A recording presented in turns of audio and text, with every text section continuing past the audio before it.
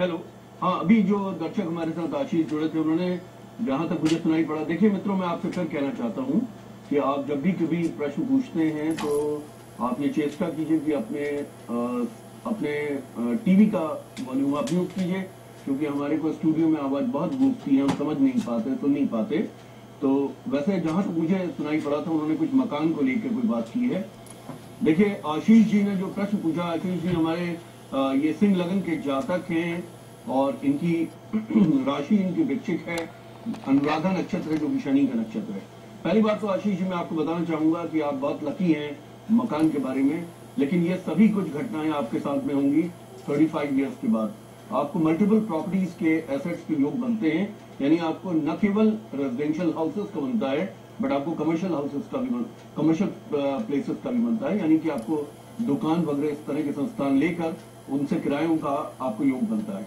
लेकिन आशीष जी आपकी बात मत भूलिएगा कि आपकी वृश्चिक राशि है, यानी कि कल जैसे मित्रों मैं आपको ताजिक के बारे में बता रहा था, इसमें उन्होंने कहा था कि इवन जो अरेबिक्स ज्योतिष में भी लोग कहते हैं खमर दा मकरब, यानी कि मकरब का मतलब होता है बिच्छू और खमर का मतलब होता है चंद्रमा। जिस समय चंद्रमा बिच्छू में जाता है, वृश्चिक में जाता है, नीच का हो जाता है, उसे बहुत काफी बुरा मानते हैं। और इसमें आपकी स्थिति ये है कि आपका चंद्रमा इस समय वृश्चिक राशि के अंदर में है जो कि नीच का है। तो आपने कभी भी कोई एक जरूरत है जो प्रॉपर्टीज आप खरीदें, उनके पेपर्स, उनका लियन, उनका सभी कुछ आप चेक कर लें, क्योंकि उसको लेकर आपको एक कोर्ट केस का भी योग बनता है। लेकिन आपकी कुंडली में काफी धन के अच्छे योग बनते हैं, क्योंकि आपके 10वें भाव के स्वामी 9th हाउस पे बैठे हुए हैं, यानी कि एक बहुत बड़ा राजयोग बन जाता है। इसमें हमारे साथ में नारनौल से एक दर्शक जुड़े हुए हैं मित्रों। हेलो, नमस्ते। नमस्ते मीना जी। हाँ बताइए। पंडित जी मेरी बेटी के बारे में पूछना था। हाँ बताइए, उनका डेट ऑफ बर्थ है 8 सितंबर रात के 2:10। 8 सितंबर 1900। 8 सितंबर ईस्वी बताइए किस सन में? 1994। 1994। हाँ जी बोलिए। और समय क्या है?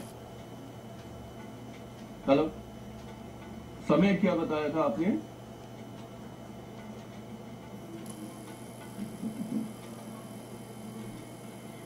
देखिए हमारा संपर्क नारनौल से एक महिला से हमारा संपर्क टूट गया है, तो अभी आप मेरा पता नोट कर लीजिए। गुरु श्री M.K. भंडारी जी से एस्ट्रोलॉजी, पामस्ट्री, वास्तु, टैरो, मंत्र पाठ एवं न्यूमरोलॉजिस्ट के लिए संपर्क करें श्री शांत लोक 1 गुड़गांव। उनसे अपॉइंटमेंट लेने के लिए डायल करें 09891284409 09250849491 एवं 09213211614 पर। Hello hello hello. हाँ, रुड़की से हमारे साथ एक दूसरे दर्शक जुड़े हुए हैं। Hello hello. हाँ जी बोलिए। हाँ मैं रुड़की से बोल रही हूँ, किरण भाटिया। हाँ जी किरण जी बताइए डेट ऑफ बर्थ। मैंने ना आपसे थोड़े दिन पहले 2-4 दिन पहले पूछा था, तो आपके सिग्नल ना वो खराब आ रहे थे, तो उसमें समझ नहीं आ पाई थी। तो उसका डेट ऑफ बर्थ है 2 नवंबर जी 1986 हाँ जी। टाइम ऑफ बर्थ बताइए। जब सहारनपुर में पैदा हुआ था तब वो यूपी में था जी। वो तो ठीक है, आप मुझे पहले ही बताइए कि टाइम ऑफ बर्थ क्या है? इसका 3:48। 3:48 सुबह की या शाम की? ये शाम की PM बर्थ है। और आपने बताया सहारनपुर में पैदा हुआ है। हाँ बताइए क्या पूछना चाहते हैं आप? आप इसके बारे में, भविष्य के बारे में बताइए कैसा है। उस दिन आप बता रहे थे तो बीच में चला गया था प्रोग्राम। अच्छा मैं आपको बताना चाहूंगा, कभी भी आप मिस कर जाते हैं तो 3:30 बजे से प्रोग्राम री-टेलीकास्ट होता है, रिकॉर्डेड वर्जन, आप इसे देख सकते हैं। अच्छा हाँ, आपने पूछा कि इसके भविष्य के बारे में। आपके बच्चे का मीन लगन के ये जातक हैं और तुला राशि है और स्वाति नक्षत्र है जो कि राहु का नक्षत्र है, और राहु इस पत्री के अंदर में लगन पे बैठा है।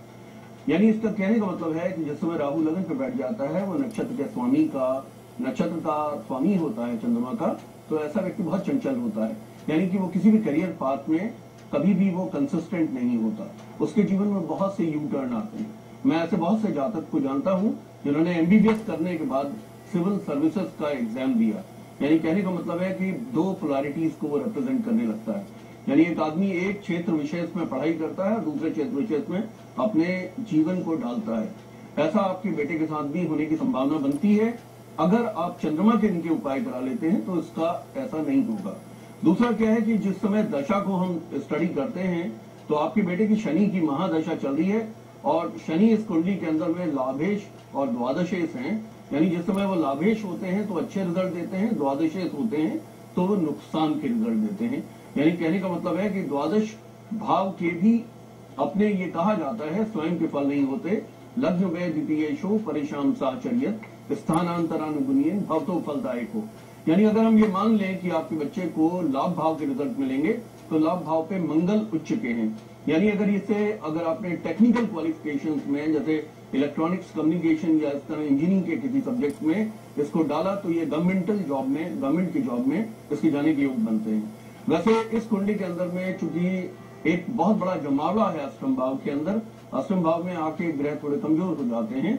यानी इनको सूर्य के, शुक्र के एवं चंद्रमा के तीनों के उपाय करने की आवश्यकता होगी। चंद्रमा का एक बहुत प्यारा उपाय यह है कि आप इनके वैदिक मंत्र कराइए।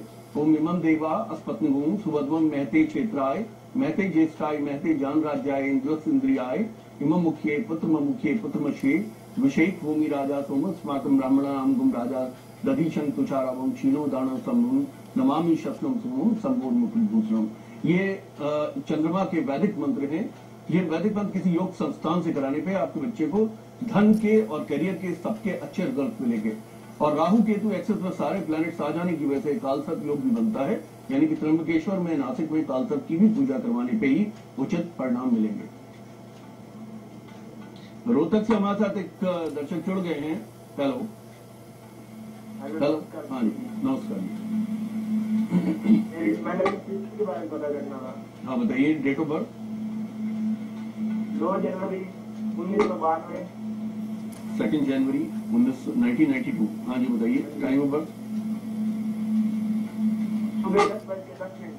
सुबह 10:10 मॉर्निंग। हाँ जी, और प्लेस ऑफ बर्थ क्या है? जन्मस्थान रोहतक।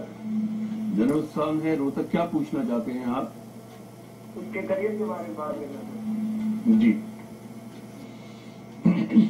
देखिए, कुंभ लगन के जातक की हॉरोस्कोप है, जिसकी वृश्चिक राशि है, जिसका नक्षत्र है, जिसका भी संधि के नक्षत्र हैं, जो कि यहाँ ये देखा जाता है जब भी कभी कोई बालक संधि नक्षत्र में होता है तो उसका नक्षत्र का जो स्वामी है वो कैसा बैठा हुआ है।